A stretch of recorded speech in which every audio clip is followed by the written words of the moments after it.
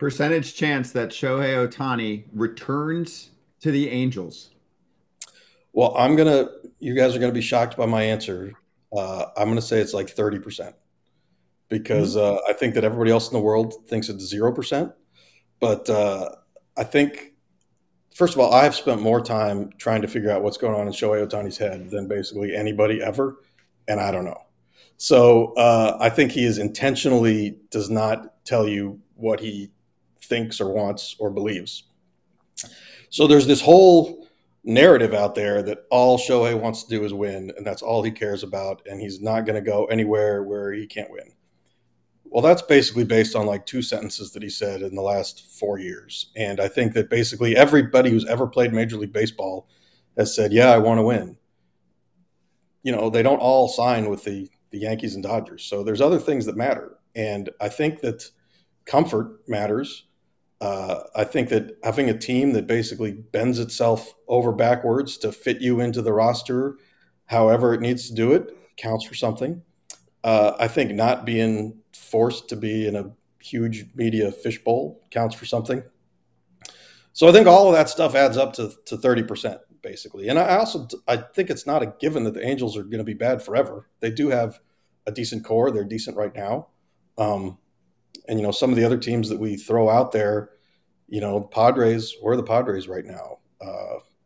Mariners we talk about, maybe the Giants we talk about, the Dodgers are really the only team I think the Dodgers are number one destination because they're pretty much the only team that's on the West Coast that you can say is going to be a winner every year. After that, it's just a lot of teams that have issues also, plus the unknowns. So I would go like Dodgers 40%, Angels 30%, Field, the rest of it. So that's my estimate. No, I think that was good. And that makes sense. It's not zero. I mean, zero is No, harsh, no. that. And I know, I see you. We get the comments all the time on everything we post.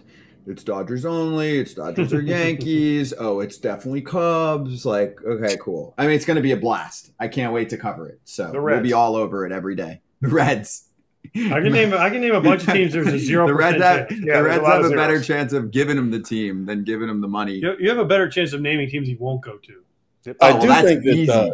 if you want to make the whole list, I think it's the all the West Coast teams except the A's and the Mets. I think that's the list pretty much. No Yankees.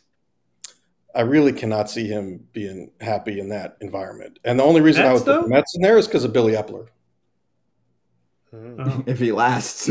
Well, yeah, Mets are a mess right now. Take the Mets off the list too. So yeah. My number one thing, I truly What about believe, Vegas A's though? Vegas Does that A's. have a ring for him? That's the next deal.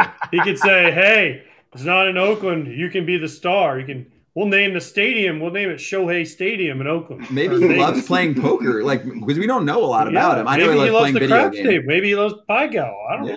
Craps, blackjack, Pai Gow, whatever. Maybe he loves a bunch of different things that we don't know about. Maybe stud.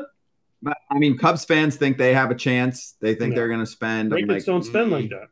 I have a hard time seeing that. My number one thing with Ohtani is I think teams are going to be in the same ballpark with him. Front offices, especially nowadays, seem to be in the same ballpark with almost every player. That's weird. But yeah, super weird, even with the big time players. My thing is, I genuinely feel like he wants to go to as sure of a thing for consistent playoff appearances as possible.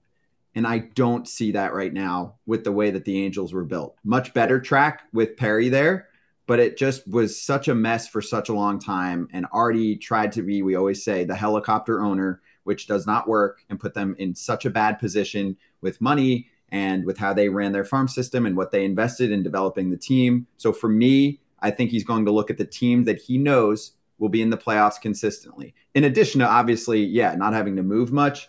The Dodgers are always a playoff team, and look at their prospects right now. They're loaded again, absolutely loaded. So that to me is what stands out when I hear him. I know it's few words, but I hear him during the World Baseball Classic being like, "Oh, this is cool, meaningful baseball." Yeah, I think also it would make a difference how the Angels do this year, not just what their record is, but how they get to that record. Is it because of Zach Neto and Logan O'Hoppe comes back and he looks good? And does their bullpen continue to be good with Sam Bachman and Jose Soriano? Do Reed Detmers and Patrick Sandoval turn it around? Because these are all guys that are still going to be around. So you can say, okay, maybe it looks like it could be sustainable, as opposed to if they, like, say if just Tyler Anderson and Hunter Renfroe went off and that's what carried the Angels in, then you go, well, that's, those guys are not necessarily the long-term future. So I do think it matters how the Angels do it as far as the way he looks at it.